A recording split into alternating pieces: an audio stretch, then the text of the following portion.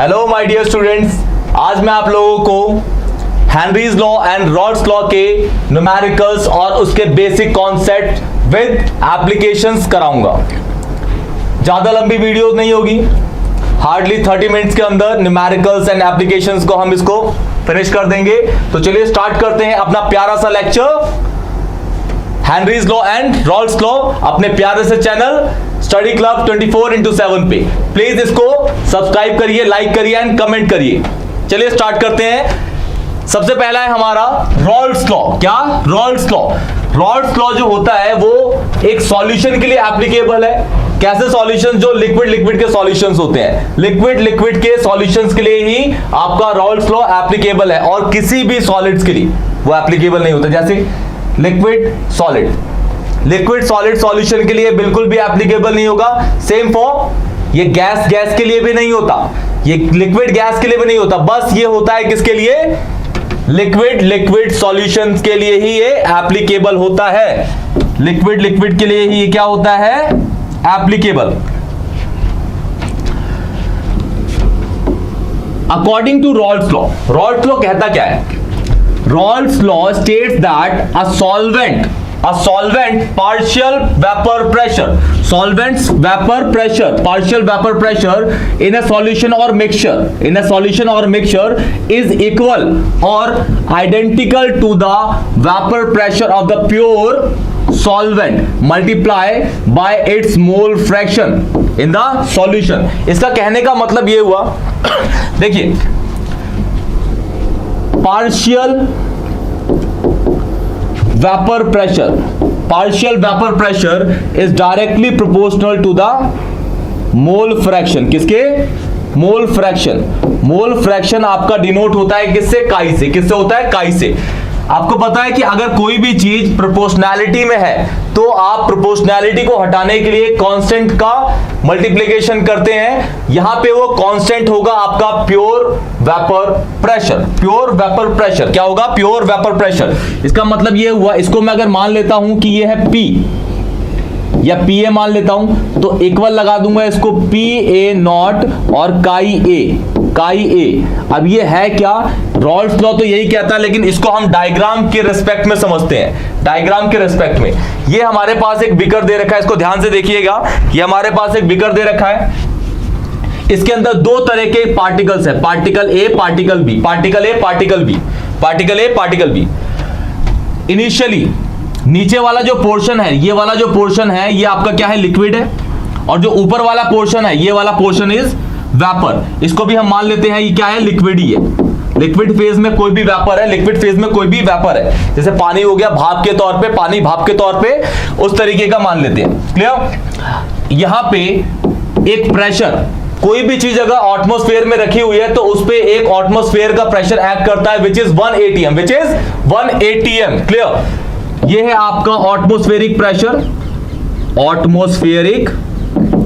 कितना होता है? 1 atm। कितना? 1 atm।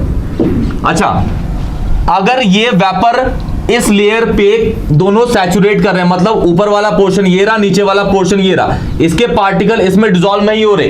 किस प्रेशर पे? 1 atm प्रेशर पे। अगर मैं ऊपर का प्रेशर इंक्रीज करता हूं, इसका मतलब क्या हुआ? इसके ऊपर जैसे सपोज ये आपका 1 atm प्रेशर है, इसको इंक्रीज करके मैं कर देता हूं 5 atm प्रेशर। इनिशियली जो लग रहा था वो 1 atm, लेकिन अब जो लगने लगा वो कितना है? 5 atm। मैं उसको इंक्रीज कर रहा हूं, ऊपर के जो प्रेशर को मैं इंक्रीज करता हूं। इसका मतलब क्या हुआ? उसका मतलब ये हुआ इसके पार्टिकल्स जो हैं ये जाएंगे नीचे। ये जाएंगे कहां? नीचे। कहां जाएंगे? नीचे। और ये डिसॉल्व हो जाएंगे, इसके पार्टिकल डिसॉल्व हो जाएंगे नीचे वाले में। मतलब वेपर फेज के पार्टिकल डिसॉल्व हो गए किसके अंदर? लिक्विड फेज के अंदर। तो एक पूरा का पूरा प्रॉपर उसने क्या बना दिया? सॉल्यूशन बना दिया। क्या बना दिया? पूरा का पूरा सॉल्यूशन बना दिया। अच्छा, अगर ध्यान से देखिएगा, अगर ये वाले पार्टिकल अगर अलग हैं और ये वाले पार्टिकल अलग हैं, इसका मतलब सॉल्यूशन तो फॉर्म ही नहीं हुआ। सॉल्यूशन अगर फॉर्म नहीं हुआ तो आप उसका मोल फ्रैक्शन निकाल ही नहीं सकते। क्या नहीं निकाल सकते? Mole fraction. क्योंकि फ्रैक्शन क्या होता है? बेसिकली एक हिस्सा होता है किसी भी चीज का। अब हिस्सा तभी बनेगा जब वो एक दूसरे में क्या होंगे? डिसॉल्व होते हैं। अगर सॉल्यूशन प्रॉपर आपका नहीं बना तो आप कभी भी उस सॉल्यूशन या उस पर्टिकुलर सॉल्यूशन का मोल फ्रैक्शन कभी भी कैलकुलेट नहीं कर पाते। और ये जो अगर ये जो आपका है 1 ATM के रेस्पेक्ट में देखें तो ये वाला पोर्शन ऊपर होगा, ये वाला पोर्शन होगा और ये वाला पोर्शन, ये वाला पोर्शन और ये वाला पोर्शन एक दूसरे मिक्स नहीं हो रखे। लेकिन जैसे ही मैं प्रेशर इंक्रीज करता हूं इसके पार्टिकल इसके अंदर मिक्स हो गए। क्या करने पे? प्रेशर इंक्रीज करने पे। इसका मतलब क्या हुआ?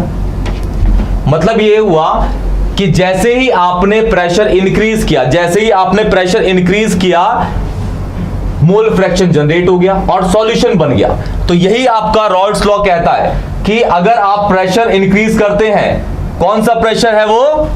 पार्शियल वेपर प्रेशर, किसी सॉल्यूशन का या मिक्सचर का इंक्रीज करते हैं तो उस सॉल्यूशन के अंदर मोल फ्रैक्शन भी बढ़ता है। और इसका कहने का मतलब यह हुआ partial vapour pressure is directly proportional to the mole fraction.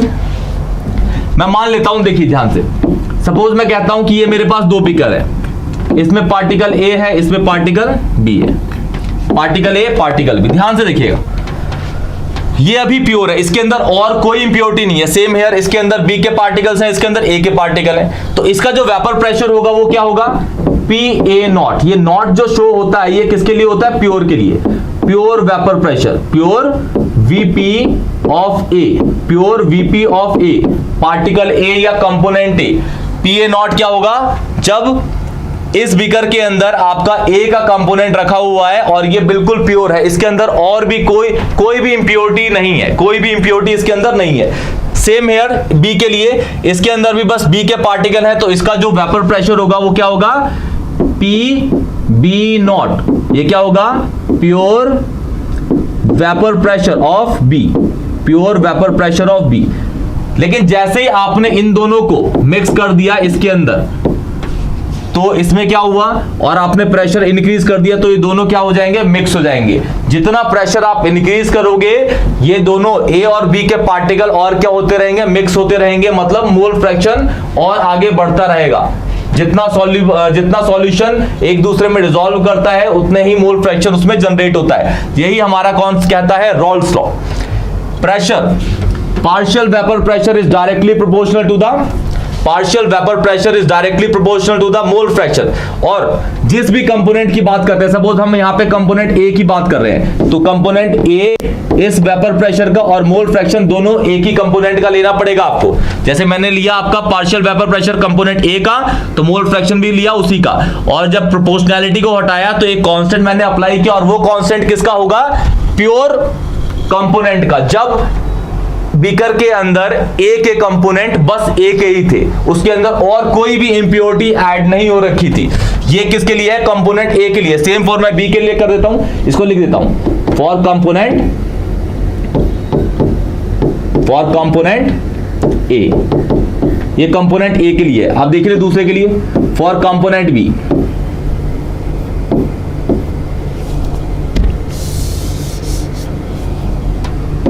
For component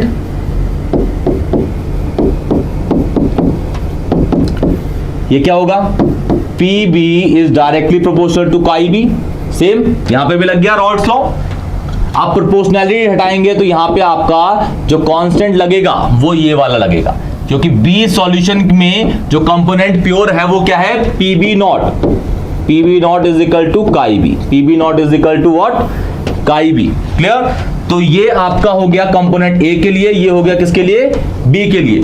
Rawls law, अगर देखिए इस मिक्सचर के अंदर जो ए कंपोनेंट है इसका वेपर प्रेशर क्या आया? ये वाला आया। इस बी के लिए आया कौन सा? ये वाला। तो इस पूरे सॉल्यूशन के लिए जो पूरा प्रेशर होगा वो होगा पी टोटल, और वो किसके बराबर होगा? PA plus PB। PA plus PB। और PA according to Raoult's law क्या आया? PA0 काई ए, और PB क्या आया? PB0 इज इक्वल PB0 काई बी। और ये किसके इक्वल है? PT के। किसके इक्वल है? PT के। तो ये आपका रॉल्स लॉ कहता है। रॉल्स लॉ कहता है कि partial vapour pressure is directly proportional to the mole fraction. किसके? मोल फ्रैक्शन के। वो डायरेक्टली प्रोपोर्शनल होता है। और प्रोपोर्शनैलिटी को जब आप हटाएंगे तो उस पर्टिकुलर कंपोनेंट का प्योर वेपर प्रेशर मल्टीप्लाई हो जाता है किसके साथ? मोल फ्रैक्शन के साथ, उस पर्टिकुलर कंपाउंड की बात कर रहे हैं। क्लियर? तो ये है आपका Rawls law liquid liquid solution के लिए। आगे बढ़ते हैं, देखिए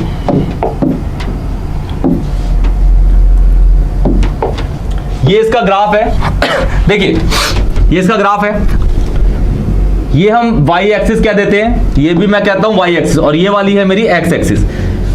इस जगह पे देख रहे हैं आप काई a is equal to a1 है, मतलब कहने का है इस जगह पे बस पार्टिकल किसके हैं, कंपोनेंट a के, जो कि इधर से अगर इधर मूव करेंगे तो क्या होंगे, डिक्रीज। यहां पे काई a1 है, यहां पे क्या है, काई a0। इसका मतलब क्या है कि कंपोनेंट a इधर सबसे मैक्सिमम होंगे, इधर सबसे मिनिमम होंगे। सेम इसका इन्वर्सली होगा, इस जगह पे काई भी सबसे ज्यादा है और काई a यहां पे इधर से इधर जाएंगे तो क्या कर रहा है, वो डिक्रीज कर रहा है। क्या कर रहा है, डिक्रीज कर रहा है। क्लियर?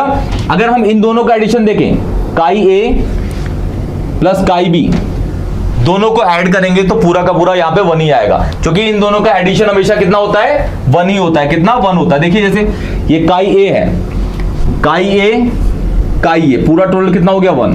यहाँ पे काई b, ये काई b, इन दोनों का एडिशन भी कितना हो गया, 1। अच्छा, यहां से जैसे आपको पता है कि partial vapour pressure directly proportional होता है किसके, मोल फ्रैक्शन के। तो ये देखिए ये डायरेक्टली प्रोपोर्शनल का ही ग्राफ है, दिख रहा है आपको, ये डायरेक्टली प्रोपोर्शनल। और इस जगह से ये क्या निकलेगा, ये वाला, और यहां पे ये जो निकला ये पीटी है। क्या ये पीटी, क्या ये पीटी। क्लियर? तो ये है आपका क्या, रॉल्स लॉ का ग्राफ, रॉल्स लॉ का ग्राफ, जिसमें पीटी को दर्शाया जा रहा है कैसे, पीए प्लस पीबी, और आपका पीए और पीबी दोनों अलग अलग निकाल दिया गया है, पीए पीबी, पीए नॉट काई ए, पीबी नॉट काई बी। इस इक्वेशन को 1 मान लेते हैं, इस इक्वेशन को 2 मान लेते हैं। This is equation 1, this is equation 2। अब इक्वेशन 1 और इक्वेशन 2 को यहां डाल के ऐड कर देता हूं, तो वही इक्वेशन आ जाएगी मेरी जो इससे पहले वाले पेज पे स्लाइड पे लिखी थी। वो क्या थी, पी ए नॉट काई ए प्लस पी बी नॉट काई बी। ये है आपका रॉल्स लॉ, ये है आपका रॉल्स लॉ। और आपको ये पता है कि भाई मोल फ्रैक्शन का हमेशा एडिशन कितना होता है, 1 होता है। और ऐसे सॉल्यूशन की ही हम बात कर रहे हैं इस पूरे चैप्टर के अंदर, जो है बाइनरी सॉल्यूशन। बाइनरी सॉल्यूशन आप लोगों को पता होगा, ऐसे सॉल्यूशंस को बाइनरी कहते हैं जो दो चीजों के कंपोनेंट, दो कंपोनेंट्स को मिलके ही बनते हैं। जैसे आप दूध में चीनी डाल दीजिए, चीनी में पानी डाल दीजिए, तो दो चीजों का मिक्सचर इज बाइनरी, क्योंकि बाइनरी का मतलब ही होता है क्या, 2। बाइनरी का मतलब क्या होता है, 2। क्लियर? बढ़ते हैं आप, इसके बाद है न्यूमेरिकल हमारा, स्टार्ट करते हैं।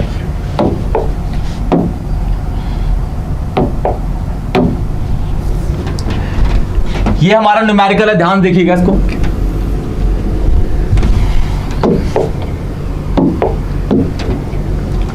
क्या क्या रखा है, heptane and octane form an ideal solution. यहां पे आइडियल अभी आप सोचिए मत क्या होता है, क्योंकि आइडियल आपका इसके बाद वाले जो लेक्चर है उसके अंदर आएगा। ठीक है, आप इसको नॉर्मल सॉल्यूशन मान के चलिए। Heptane and octane form an ideal solution, और ये किस पे चल रहा है भाई, ये चल रहा है 100 डिग्री सेल्सियस पे। किस पे, 100 degree, 373 kelvin is 100 degree Celsius. The vapour pressure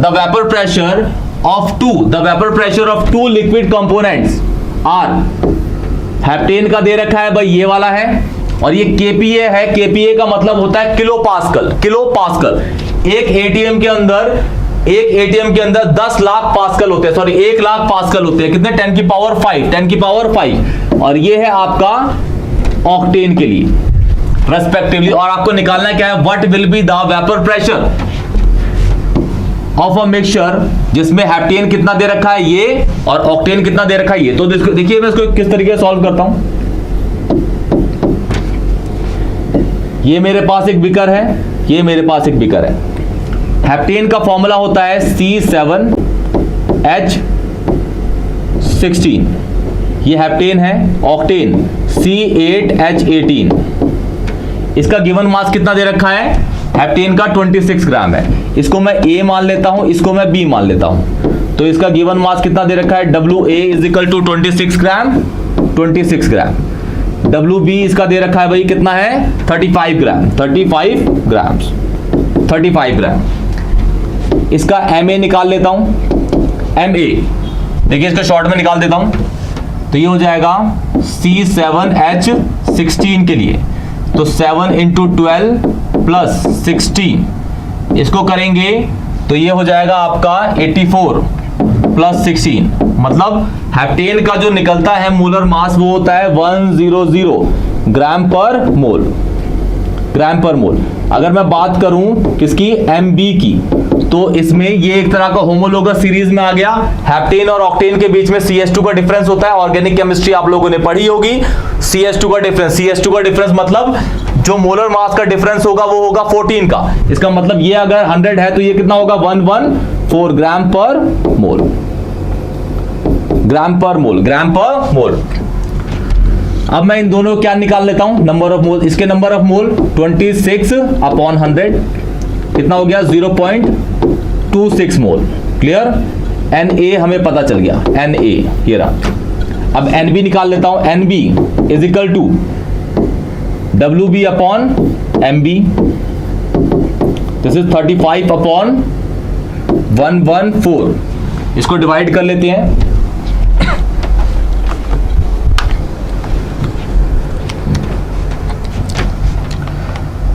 35 divide by 114, यह आया आपका NB 0.31 मोल, 0.31 मोल आ गया। कितना आ गया 0.3 मोल। अब मैं यहां से क्या निकाल लेता हूं, काई ए निकाल लेता हूं। काई ए का फॉर्मूला आपका Na + NB, ये Na है। Na कितना है भाई 0.26, ये भी 0.26 + 0.31। इसका मतलब ये हुआ कि काई ए मेरा आ जाएगा, काई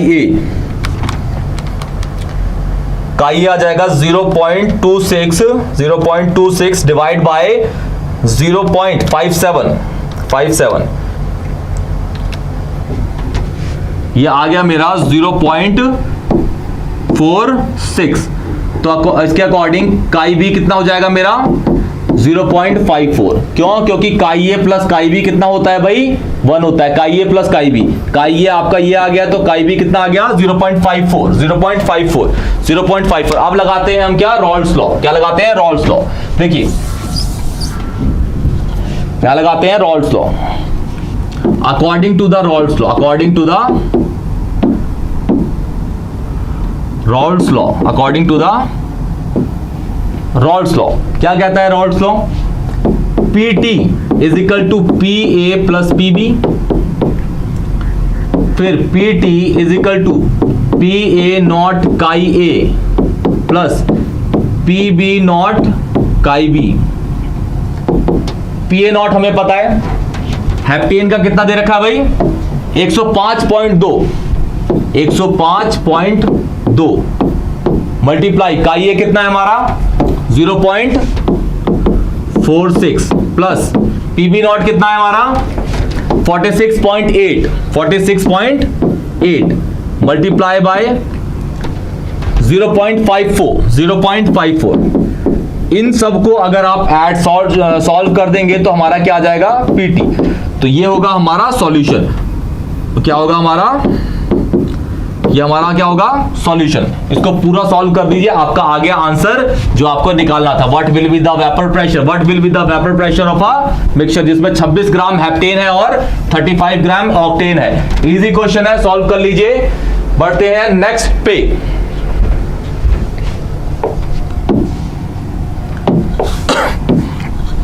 अब है आपका Henry's law. Henry's law basically Rawls law का एक स्पेशल केस होता है। जैसे आपको बताया कि जो रॉल्स लॉ होता है, रॉल्स लॉ किसके लिए वैलिड होता है, लिक्विड सॉल्यूशन के लिए। लेकिन जो हेनरीज लॉ है वो बस एप्लीकेबल है आपका कैसे सॉल्यूशंस के लिए जो लिक्विड और गैस के होते हैं। किसके होते हैं, लिक्विड और गैस के होते हैं। तो लिखा हुआ है Henry's law special case of Rawls law. Henry's law की दो स्टेटमेंट्स है, हेनरीज लॉ की दो स्टेटमेंट है। पहली स्टेटमेंट तो बिल्कुल वैसी ही है जो रॉल्स की है, लेकिन दूसरी थोड़ी अलग है, दूसरी ज्यादा भी अलग नहीं है, इतनी है कि आप बिल्कुल ही समझ जाओगे बहुत इजीली। तो क्या कहता है, पहला देखिए, Henry's law statement that the weight of a gas dissolve by a liquid is proportional to the pressure of the gas upon the liquid. कहने का मतलब ये हुआ देखिए, अभी इस तरीके से है, ये आपका डायग्राम 1 है, दिस इज डायग्राम ए, और ये है आपका diagram B, this is diagram B, clear. ये वाला जो पोर्शन है, ये वाला जो पोर्शन है यहां पे, ये गैस है, क्या ये गैस, और ये वाला जो पोर्शन है ये क्या है हमारा, लिक्विड है, क्या ये लिक्विड है। ऊपर से जो प्रेशर एक्ट हो रहा है, ऊपर से जो प्रेशर एक्ट हो रहा है वो सपोज नॉर्मल प्रेशर है। इसका मतलब ये है कि अगर ऊपर वाला जो P1 है हमारा प्रेशर वो कम है, तो जो गैस के मॉलिक्यूल हैं और लिक्विड के मॉलिक्यूल हैं वो एक दूसरे में इंटरमिक्स नहीं हो रहे। रीजन, क्योंकि जो गैस होते हैं उनकी गैस के मॉलिक्यूल्स की डेंसिटी क्या होती है, लो, इसलिए वो हवा में फ्लोट करते हैं, और जो लिक्विड के मॉलिक्यूल्स होते हैं उनकी डेंसिटी थोड़ी ज्यादा होती है, किससे, गैस के मॉलिक्यूल से, इसलिए वो नीचे सतह पे पाए जाते हैं, सतह पे मतलब ग्राउंड लेवल पे पाए जाते हैं, क्लियर। अच्छा, जैसे ही आप, ये गैस के मॉलिक्यूल है, जो ये वाला है, ये उसके ऊपर वाले गैस के, नीचे वाले लिक्विड के, जैसे ही आप प्रेशर नॉर्मल है तो ये वाले मॉलिक्यूल इस वाले मॉलिक्यूल में मिक्स नहीं हो रहे, लेकिन जैसे ही आपने प्रेशर P2 कर दिया, मतलब प्रेशर क्या कर दिया, इंक्रीज कर दिया, तो ऊपर वाले मॉलिक्यूल नीचे वाले में डिसॉल्व होना स्टार्ट हो गए, डिसॉल्व होना स्टार्ट हो गए। इसका मतलब क्या हुआ, जैसे ही आपने प्रेशर बढ़ाया, जैसे ही आपने गैस का प्रेशर बढ़ाया, जैसे ही आपने क्या करा, गैस का प्रेशर बढ़ाया, solubility of a gas in a liquid increase कर गई। इसका मतलब हेनरीज लॉ क्या कहते हैं, solubility of a gas in liquid, solubility of a gas in liquid is directly proportional to the applied pressure on a gas in a liquid, clear. जितना भी आप प्रेशर गैस पे बढ़ाएंगे वो गैस उतना ही लिक्विड के अंदर सॉल्युबल होता रहता है। ये किसने बोला, हेनरीज ने। किसने बोला, हेनरीज ने। ये देखिए दूसरी स्टेटमेंट इसकी यही है, Henry's law statement that solubility of a gas in liquid is directly proportional to the pressure applied on a gas in liquid. जितना आप प्रेशर इंक्रीज करते हैं हेनरीज लॉ के अकॉर्डिंग, उतना ही गैस के मॉलिक्यूल डिसॉल्व होते हैं किसके अंदर, सॉल्यूशन या फिर किसी भी पर्टिकुलर लिक्विड की बात कर रहा हूं, इंक्रीज करेंगे। तो देखिए, according to Henry's law pressure is directly proportional to the solubility, या फिर सॉल्युबिलिटी की जगह पे आप डाल सकते हैं क्या, मोल फ्रैक्शन। क्या, मोल फ्रैक्शन। और जो सॉल्युबिलिटी है, सॉल्युबिलिटी का बेसिक मतलब है क्या, वेट। क्या होता है, वेट मतलब वजन। क्या होता है वजन। देखिए, दो तरीके से इसकी स्टेटमेंट्स को और इलैबोरेट किया गया है। पहला, pressure is directly proportional to the weight, जिसको हम मास कह रहे हैं, क्या कह रहे हैं, मास कह रहे हैं, क्लियर। दूसरा, pressure is directly proportional to the mole fraction, या फिर मोल फ्रैक्शन को काई कह देता हूं मैं। क्या कह देता हूं, काई कह देता हूं, काई। अब प्रोपोर्शनैलिटी हटी तो दुर्घटना घटी, दुर्घटना इज काई, ओ सॉरी KH, और जहां पे जो KH होता है वो एक कांस्टेंट है, इसका नाम है हेनरीज कांस्टेंट। क्या होता है, Henrys constant. This is Henrys constant. Henry constant की कोई पर्टिकुलर यूनिट नहीं होती, या फिर इसकी कोई वैल्यू नहीं है। यूनिट तो इसकी पर्टिकुलर ही है, लेकिन इसकी कोई वैल्यू नहीं है। सॉल्यूशन टू सॉल्यूशन वेरी करता है, सॉल्यूशन टू सॉल्यूशन वेरी करता है। पानी और चीनी के लिए, चीनी के सॉल्यूशन के लिए KH की वैल्यू अलग होगी, पानी और नमक के सॉल्यूशन के लिए KH की वैल्यू अलग होगी, क्योंकि सॉल्यूशन अलग है भाई। नमक का मॉलिक्यूलर मास कुछ और होता है, चीनी का अलग होता है। तो जैसे ही मास अलग होगा, दो KH की वैल्यू अलग होगी। KH की वैल्यू क्या होगी यहाँ पे, हेनरीज कांस्टेंट। क्या होगी, हेनरीज कांस्टेंट। अच्छा, इसके अंदर एक और चीज है, न्यूमेरिकल तो ऐसा है नहीं इसके अंदर। आप मान के चलिए जो प्रेशर है वो डायरेक्टली प्रोपोर्शनल होता है किसके अंदर, वेट के अंदर। किसके अंदर, वेट। और वेट है हमारे यहाँ पे क्या, सॉल्युबिलिटी। जितना प्रेशर बढ़ाओगे सॉल्युबिलिटी क्या होती है, इंक्रीज करती है। सॉल्युबिलिटी क्या होती है, इंक्रीज करती है। बढ़ते हैं इसकी एप्लीकेशंस के ऊपर। देखिए, ये इसकी 2-3 एप्लीकेशंस हैं। दो ही डाल रखी है मैंने, जो इंपॉर्टेंट है आपके जो बोर्ड के एग्जाम्स होंगे उसमें हेनरीज की दो ही एप्लीकेशन पूछता है। एनसीईआरटी के अंदर 3 एप्लीकेशन है, लेकिन मैं 2 ही पढ़ाऊंगा। रीजन ये है क्योंकि 2 ही आती हैं। 3 नंबर का क्वेश्चन बनने से रहा इस पे, 2 ही आती है इसलिए 2 ही पढ़ा रहा हूं। इजी है, बहुत इजी है। देखिए जरा इसको, पहला क्या है? पहला है आपका to increase the solubility of CO2 in soft drink and soda water, the bottle is sealed under the high pressure, under the high pressure। ये नीचे आपको डायग्राम दिख रहा है, देखिए ये कोक की बोतल है, पेप्सी की बोतल है, किसी की भी मान लीजिए आप, ये अभी सील पैक है, आपको दिख रहा है इस पे सील पैक है। इसके अंदर ये जो गैस होगा ना, यहाँ पे ये CO2 होता है, और ये CO2 इसके अंदर अभी क्या है? CO2 इसके अंदर क्या है? ये डिसॉल्व हो रखा है। CO2 इसके अंदर क्या हो रखा है? डिसॉल्व हो रखा है, दिख रहा है? क्यों? क्योंकि ऊपर से ये जो पैक कर रखा है ये बहुत हाई प्रेशर से कर रखा है। किससे कर रखा? हाई प्रेशर से इसको पैक कर रखा है। हाई प्रेशर से इसको, ये हाई प्रेशर लिखा हुआ, हाई प्रेशर से इसको पैक कर रखा है। बिल्कुल हाई प्रेशर से इसको पैक कर रखा है। लेकिन जैसे ही मैं इसका कैप निकाल देता हूं, देखिए कैप निकाल दिया, तो इसका जो प्रेशर है वो निकल जाता है। कहां निकल जाता है? ऊपर। तो फिज की फॉर्म में ये निकल जाता है, फिज की फॉर्म में ये निकल जाता है। CO2 ऊपर का पूरा क्या कर गया? निकल गया। ये देखिए बबल्स ऑफ CO2, ये देख रहे हैं CO2 के बबल्स निकल जाते हैं, CO2 बाहर निकल जाता है। तो जैसे आपने बहुत हाई प्रेशर से इसको दबा रखा था, जो CO2 था इसके अंदर वो डिसॉल्व हो रखा था। किसके अंदर? इस कोक की बोतल के अंदर जो लिक्विड है उसके अंदर। लेकिन जैसे ही आपने प्रेशर रिलीज किया, CO2 तो भाई एक गैस है, गैस हमेशा क्या होती है? एस्केप होने की टेंडेंसी रखती है। वो भाई एटमॉस्फेयर में भाग जाएगी अगर उसको आपने रोक के नहीं रखा। और रोकेगा कौन? प्रेशर। जो यहां पे था अब नहीं है प्रेशर, तो वो निकल गया। तो solubility of gas in liquid क्या हो गई? डिक्रीज हो गई, जैसे ही प्रेशर क्या करा? हटा दिया गया। क्लियर? तो ये है आपकी पहली एप्लीकेशन। ये किसी के लिए भी हो सकती है, सॉफ्ट ड्रिंक के लिए हो सकती है या फिर सोडा वाटर, दोनों के लिए हो सकती है। क्लियर? अब ये है आपका नेक्स्ट वाला, इसको देखिए समझाता हूं मैं, इसको पहले रफ करता हूं। एट हायर एल्टीट्यूड, जैसे हम देखिए हम बात करते हैं कि भाई हम ग्राउंड लेवल पे रहते हैं, हम जमीन पे रहते हैं। इस जगह पे जो टेम्परेचर होता है वो क्या होता है? थोड़ा ज्यादा होता है एज कंपेयर टू पहाड़। मैं आपको डायग्राम बना के दिखाता हूं, देखिए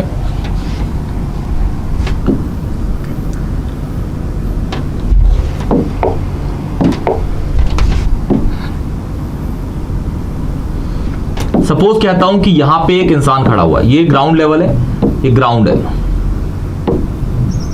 लेवल है, ये हिल है, ठीक है, ये हिल है, ये चोटी है पहाड़ की। ग्राउंड लेवल पे जो टेम्परेचर होता है, यहां पे टेम्परेचर वो क्या होता है? हाई। और जो टेम्परेचर और प्रेशर दोनों होते हैं वो एक दूसरे के डायरेक्टली प्रोपोर्शनल होते हैं। Chapter 5 11th class gaseous law में आपने पढ़ा होगा कि टेम्परेचर और प्रेशर जो एक दूसरे के डायरेक्टली प्रोपोर्शनल होते हैं। इसका कहने का मतलब ये हुआ, जिस जगह पे टेम्परेचर बढ़ेगा उस जगह पे प्रेशर भी हमेशा क्या करता है? बढ़ता है। तो हम अब बात कर रहे हैं भी किसी ग्राउंड लेवल की, जहां पे गर्मी ज्यादा होती है तो टेम्परेचर है हाई, तो वहां पे प्रेशर भी क्या होगा? हाई। क्या होगा? Pressure high.